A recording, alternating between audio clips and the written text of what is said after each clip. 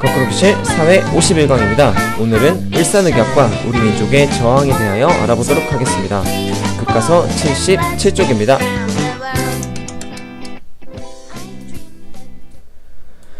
네, 오랜만에 강의 녹화인데요. 체험학습 잘 다녀왔어요?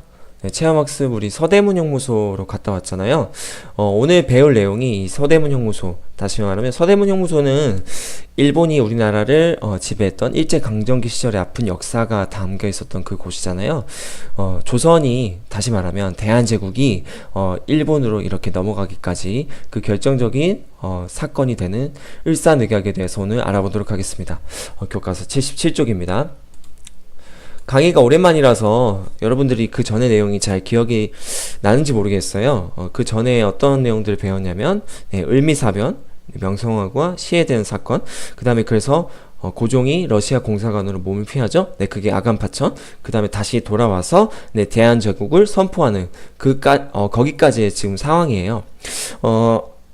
고종이 이제 러시아로 이렇게 몸을 피하다 보니까 조선에 대한, 다시 말하면 대한제국에 대한 영향력이 러시아가 조금 더 커지게 돼요.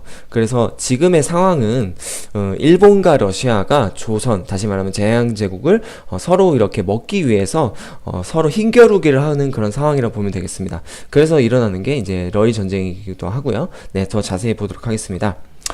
고종 황제는 서양의 여러 나라와 외교 활동을 통하여 대한제국의 자주권을 지키려고 노력하였다. 그러니까 일본하고 러시아뿐만 아니라 다른 나라하고도 자꾸 이렇게 교류를 해가지고요, 이 힘을 서로 이렇게 견제를 시키는 거죠. 자, 그 다음에 대한제국에 대한 러시아의 영향력이 강해지자 일본이 전쟁을 준비하였다. 네, 조선은 내꺼 하고 있었는데 러시아가 치고 들어오자 이제 일본은 힘을 점점 키워서 러시아를 한번 치려고 준비했던 거예요. 그래서 대한제국은 전쟁 직전에 일본과 러시아 사이에 중립을 선언합니다. 일본은 이를 무시하고 대한제국을 차지하기 위하여 러시아와 전쟁을 벌였다. 이것이 러일 전쟁 1904년에 일어난 것입니다. 일본이 왜 이렇게 또 러시아와 전쟁을 또 어떻게 가능했냐, 어떻게 할 수 있었냐라고 이렇게 설명을 좀 더 덧붙여서 하면, 이 러시아가 당시에 세력이 점점 커지는 것을 다른 미국이라든지 영국이라든지 이런 나라들도 굉장히 두려워하고 조심스러워했어요. 그래서 이 러일 전쟁에서 이 일본에게 지원을 했던 나라가 영국하고 미국입니다. 영국하고 미국이 일본에게 얘기하기를, 야, 너희들 전쟁 한번 러시아랑 떠라. 우리가 전쟁 자금의 절반 대주겠다. 전쟁하려면 굉장한 많은 돈이 필요하잖아요. 그 전쟁 자금의 절반을 대준다고 이렇게 몰래 약속을 했을 정도로 이 영국하고 미국은 이 러시아가 힘이 커지는 것을 굉장히 견제를 하고 있었죠. 그래서 일본은 또 이용했고요. 또 일본은 이해관계가 또 맞아 떨어져서 이 러시아를 물리쳐야 조선을 이렇게 차지할 수 있기 때문에 전쟁을 한번 벌였고, 그 다음에 러시아하고 전쟁한 뒤에 승리를 하게 되죠. 자, 일본은 전쟁을 시작하자 우리 영토와 많은 시설을 군사적으로 이용했고 물자를 운반하는데 한국인을 동원했다. 그래서 우리나라에 세웠던 철도 같은 것도 이렇게 전쟁을 하는데 많이 동원을 하고 했다 그래요. 네, 그 다음으로 넘어가 보도록 하겠습니다. 교과서 78쪽입니다. 자, 그 다음에 지금도 아직까지 이슈가 되는 다케시마냐 독도냐. 네, 뭐가 먼저예요? 뭐가 먼저가 아니라 뭐가 맞습니까? 네, 당연히 독도가 맞죠. 네, 이 독도가 아직도 이 일본은 자기네 땅이라고 이렇게 주장을 하고 논란이 되고 있는데요. 그 처음으로 일본이 독도를 점거하는 그런 사건이 일어납니다. 일본은 러일 전쟁 중에 독도를 자신의 영토로 강제로 편입을 해요. 우리나라가 힘이 약했으니까 이렇게 당할 수밖에 없었겠죠. 우리 영토에 대한 이것은 침략행위고 국제법상 명백한 불법 행위입니다. 네, 남의 나라의 땅을 갑자기 이렇게 점령하는 것은 국제법을 어기는 것이죠. 그 다음에 러일 전쟁에서 승리한 일제라는 것은 이제 일본의 제국주의라고 해서 이제 우리나라를 침략하기 시작한 그런 일본을 일컫는 그런 말이라고 보면 되겠습니다. 그래서 일제시대라고 많이 얘기를 하죠. 우리나라에 대한 독점적인 지배권을 사실상 확보를 하고 본격적으로 침략하기 시작했다. 이 부분에 대해서 조금 더 설명을 하면요. 먼저 이 영국이란 나라가 나옵니다. 영국하고 일본하고는 이제 동맹을 맺기 시작했어요. 그래서 영국은 일본이 이렇게 조선을 차지하는 데에서 더 이상 간섭하지 않겠다. 자, 그 다음에 이제 러시아가 나오죠. 이 러시아는 러일 전쟁에서 지고 나서 일본하고 포츠모스 조약이라는 그 하나의 약속을 맺어요. 그래서 어떤 약속을 맺냐면 일본이 조선을 이렇게 통치하는데 러시아는 절대 간섭하지 않는다. 그래서 러시아는 이제 조선에서 손을 떼게 되는 거죠. 그다음에 미국이 또 이제 일본하고 이 조약을 맺는데요. 이 조약이라고 하기는 그렇고 밀약, 어떻게 보면 비밀스럽게 맺은 그런 조약이라 보면 되겠어요. 그 밀약의 이름은 가스라 테프트 조약이라고 해서, 가스라는 일본 군수 사령부의 그 우두머리고, 그 다음에 테프트라는 또 이름은 미군 사령부의 그 우두머리라 그래요. 가스라 이 장군하고 테프트 장군하고 만나가지고 서로 간섭하지 않는다. 뭘 간섭하지 않냐? 미국은 이제 필리핀을 이렇게 통치하고, 일본은 조선을 통치하고, 이 서로의 이 통치한 나라에 대해서는 간섭하지 않는다. 그래서 이렇게 국제적으로도 일본은 차근차근 준비를 했던 거예요. 어떤 준비? 네, 조선을 아예 집어 삼킬 준비. 이제 영국도 간섭을 안 하고, 그 다음에 러시아는 전쟁이 졌기 때문에 또 포츠머스 조약을 간섭을 못 하고, 네, 미국은 자기네가 필리핀을 가져간 대신에 일본이 우리 조선을 지배하는 거에 대한 간섭을 전혀 안 하는 겁니다. 네, 이런 식으로 이제 국제적으로도 이 조선을 도와준 나라는 거의 하나도 없다고 보면 돼요. 그러면 누구의 독차지냐? 네, 그렇죠. 일본의 독차지입니다.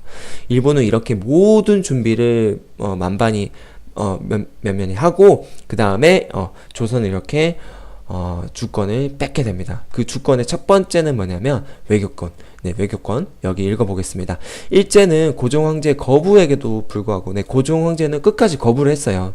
대한제국의 외교권을 빼앗는 조약을 강제로 체결했다. 이게 을사늑약이다. 예전에는 을사늑약이 아니라 을사조약이라고 많이 했어요. 근데 왜 이제 을사늑약이라고 하냐? 나라 사이에 강제로 맺은 조약이기 때문에 을사늑약이라고 합니다. 그러면 이 외교권이 뭐가 중요하냐? 외교권이라는 것은 이 다른 나라하고 이렇게 서로 약속하거나 뭔가 이렇게 대화할 때 나설 수 있는 그런 권리를 외교권이라고 하는데, 이제 일제한테 이런 외교권을 뺏겼다는 얘기는 우리 조선은 일제 허락 없이는 어떤 나라하고도 이렇게 대화나 이렇게 교류를 할 수 없다. 그런 의미를 말하고 있습니다. 그러니까 다시 쉽게 얘기하면 일본의 허락 없이는 조선, 대한제국은 아무것도 할 수 없다라고 보면 되겠어요. 자, 그래서 일제는 대한제국을 침략하기 위해서 이제 한성, 오늘날의 서울에 통감부를 설치하고 대한제국의 내정을 장악하기 시작했다. 통감부라는 것은 이제 일본 사람이 우리 조선을 통치하기 위한 그런 하나의 기구라고 보면 되겠습니다. 자, 그 다음 넘어가겠습니다. 그래서 이 일사늑약이 체결됐다는 소식이 알려지자 전국에는 반대운동이 당연히 일어날 수밖에 없겠죠. 우리나라를 거의 뺏긴 거나 마찬가지니까요. 어떻게 보면 대한제국은 이제 그냥 나라의 껍데기만 남은 거고, 실제적으로 일본이 다 지배하고 있다고 보면 되겠어요. 그래서 사람들은 을사늑약의 무효를 주장하였고, 을사늑약의 부당함을 알리는 글을 신문에 실었으나 이게 뭐 소용이 있겠습니까? 그 다음에 을사늑약에 반대하여 스스로 목숨을 끊는 사람도 있었다. 이 대표적인 사람이 이 민영환이에요. 자결하는 사람들이 굉장히 많았어요. 그 다음에 전국에서 의병이 일어나 일본군과 전투를 벌였다. 예, 의병 활동도 일어났지만 중요한 거는 외국에 이런 사실을 알리는 거잖아요. 그래서 고종 황제는 하나의 계책을 씁니다. 이 네덜란드에서 열리는 만국평화회의. 자, 만국평화회의라고 하면 세계 모든 나라들이 모여서 이렇게 회의를 열리는 거거든요. 근데 이때 헤이그 특사를 파견합니다. 네덜란드 헤이그에. 그래서 이 헤이그 특사라고 하면 이준, 이상설, 이의종, 이 세 사람을 얘기하는데요. 이 세 사람이 고종 황제의 명을 받아서 이 만국평화회의에 참석해서 이 을사늑약은 일본이 강제로 체결한 것이다 라는 것을 널리 알려라 라고 이렇게 명을 내립니다. 하지만 이 일제의 방해로 실패하고요. 그 다음에 일제는 열이 받죠. 이 고종 이놈 더 이상 안 되겠다 해가지고 고종 황제를 강제로 퇴위시킵니다. 그래서 이제 고종 다음에 오른 왕이 순종, 조선의 마지막 왕입니다. 그래서 대한제국의 군대까지 이를 빌미로 해산시켰다. 그래서 일제가 우리나라를 집어삼킬 거의 모든 준비를 을사늑약으로 했다고 보면 되겠습니다. 그 계기가 됐던 사건은 러일 전쟁으로 인한 승리고요. 그 다음에 이 외교적인 문제도 여러 조약들을 통해서 다 이렇게 준비를 했고요. 자, 선생님이 정리한 걸로 보도록 하겠습니다. 자, 을사늑약과 우리 민족의 저항. 자, 당시 조선의 국제 정세를 보면은 아간 파천 이후에 러시아가 조선의 영향력이 굉장히 커졌었죠. 고종은 이제 러시아를 이용해 일본을 견제하려고 했으나 이에 이제 위기를 느낀 일본은 영국과 이렇게 동맹을 맺습니다. 러시아를 견제하려고. 자, 그다음에 러일 전쟁이 일어나죠. 일본은 영국과 미국으로부터 전쟁 자금 절반을 지원받기로 해서 전쟁을 일으켜요. 그래서 대한제국은 이 어느 나라 러시아나 뭐 일본하고도 이렇게 뭐 어느 편에 서지도 않겠다고 전쟁 직전에 이렇게 중립을 선언했으나 일본은 이를 무시하고 러일 전쟁을 일으켜 승리했고요. 그 다음에 전쟁 중에 우리 국민과 영토와 시설을 영토 시설을 군사적으로 이용해요. 이게 어떻게 보면은 이 중립이 아니라 어떻게 보면은 강제적으로 인해서 일본 편을 든 게 돼버렸죠. 그 다음에 일본의 독도 강탈, 러일 전쟁 중에 독도를 자신의 영토로 강제 편입했고요. 이것은 우리 영토에 대한 침략 행위고 국제법상 명백한 불법이라는 걸 꼭 알아두어야 되겠습니다. 네, 다케시마가 아니라 독도라는 걸 여러분 꼭 알고 있어야 되겠습니다. 독도는 우리 땅. 다음에 을사늑약 1905년에 일어난 사건인데요. 일본은 다른 강대국과의 조약을 통해서 조선의 독점적 지배권을 인정받았어요.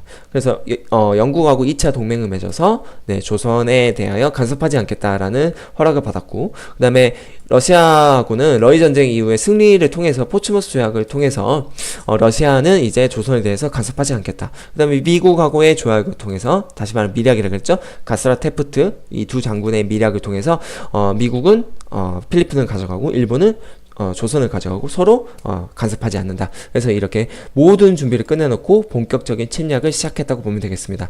자, 그 다음에 외교권을 뺏는 강제조약을 체결했죠. 이게 바로 을사늑약 1905년이라고요. 외교권은 굉장히 중요해요. 다른 나라하고의 이렇게 대화할 수 있는 창구를 아예 막아버렸다고 보면 되겠습니다. 한성 지금의 서울에 통감부를 설치해서 이제 외교권뿐만 아니라 대한민국의 정치를 간섭했다고 보면 되겠습니다. 자, 대한민국이라고 하면 좀 그렇고요. 대한제국이죠. 선생님이 여기 오타가 났네요. 네, 고쳐볼게요. 제국의 정치를 간섭했다. 자, 을사늑약의 결과 보겠습니다. 전국에서 반대 운동이 일어났고 신문의 부당함을 호소하고 자결하고 의병 활동까지 일어났으나, 그래서 고종이 하나 계책을 쓴 것은 헤이그 특사를 파견했어요. 이게 조금 성공을 했으면 좀 정세가 달라졌을 수도 있었을 텐데 결국에는 이제 일제 방해로 실패했고, 헤이그 특사라는 것은 고종이 네덜란드 만국 평화회의 헤이그에 이제 3명의 특사를 파견해서 이 을사늑약의 무효를 부당함 주장하려고 했으나 안 된다고 했죠. 왜?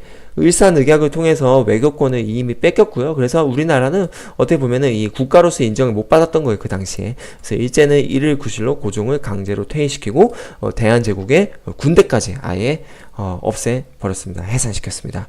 네, 그 다음에 이제 여기까지가 오늘 51강의 강의고요. 그 다음에는 이제 일본이 아예 우리나라를 이렇게 집어삼키는 그런 사건이 나옵니다. 그 이후에 우리나라가 이제 어떻게 대응했는지 그 다음 52강에 더 자세히 배우도록 하겠습니다. 오늘 강의는 여기까지입니다.